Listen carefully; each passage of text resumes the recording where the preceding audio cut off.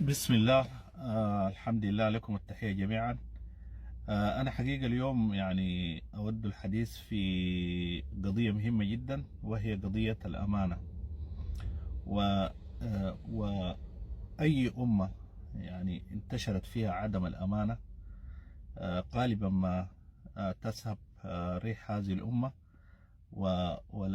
ولم يكتب لها تاريخ. وقديما نحن ندرس في المدارس: وعلم النشأ علما تستبين به سبل الحياة، وقبل العلم أخلاقا. والقضية أنا أود الحديث فيها هي قضية الجوازات. دولة قطر أرسلت جوازات وماكينات وورق كامل للشعب السوداني لمساعدة هؤلاء الفقراء المساكين الذين شردتهم الحرب وقتلهم النظام ونظام المؤتمر الوطني ظلما.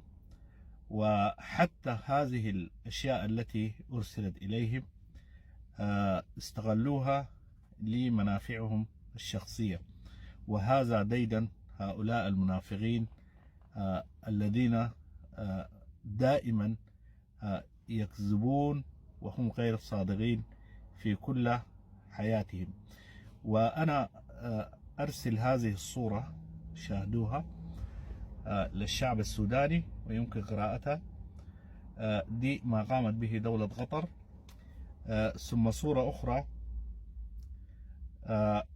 عشان هؤلاء المجرمين يعلمون عدم أمانتهم.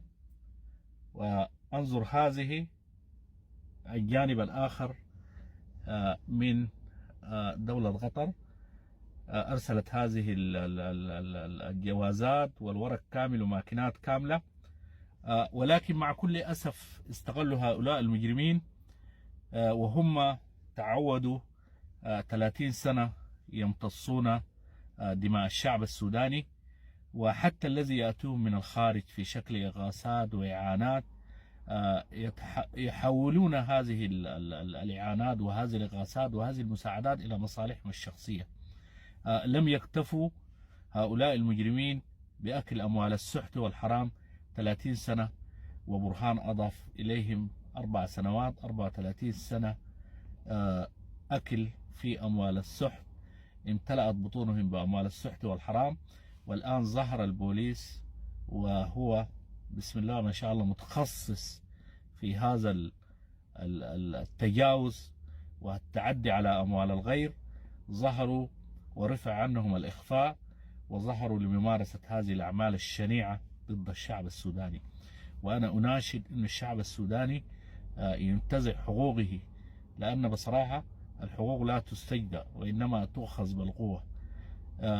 وهذا بيان للناس، والحاضر السمع يعلم الذي لم يسمع بعد. ولكم التحية والتقدير، والسلام عليكم ورحمة الله.